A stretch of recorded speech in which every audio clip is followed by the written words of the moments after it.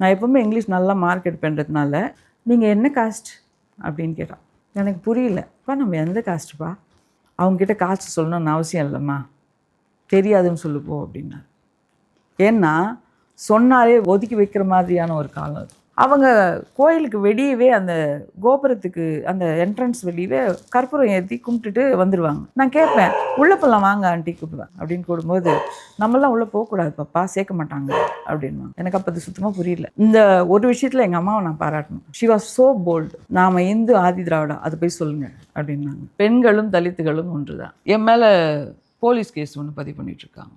இவங்க வந்து கலகம் விளைவிக்கிறார், பெண் அடையாளம் இருக்குது, தலித்துன்னு ஒரு அடையாளம் இருக்குது, இது போதும் அவங்களுக்கு என் மேலே ஆக்ஷன் எடுக்கிறதுக்காக. அதாவது ஒரு ஆசிரியரை பிடிக்கிறதுக்கு தமிழ்நாடு முழுக்க தனிப்படைன்றது வந்து நான் இது வரைக்கும் கேள்விப்படவே இல்லை. வழக்கமாகவே சமுதாயத்தில் பெண்களுக்கான இடம் என்பது பெண்கள் தலித்துகளாகவே கருதப்படுகிறார்கள் சமுதாயத்தில். அதுதான் பெரிய உண்மையை ஒரு அவமானம்னு சொல்லலாம். இன்னொன்று ஒரு அச்சுறுத்தல்னு சொல்லலாம். பெண்களும் தலித்துகளும் வந்து முதல்ல தலைவராகவோ இல்லை போராட்டத்திலையோ பங்கு பெறவே கூடாது, நினைத்து கூட பார்க்கக்கூடாதுன்ற ஒரு அச்சுறுத்தல் தான் இதில் எனக்கு தெரிஞ்சுது. மனிதம் என்ற தன்மைக்கு அடையாளங்கள் வேறாக இருந்தாலும் குணங்கள் ஒன்று தான்.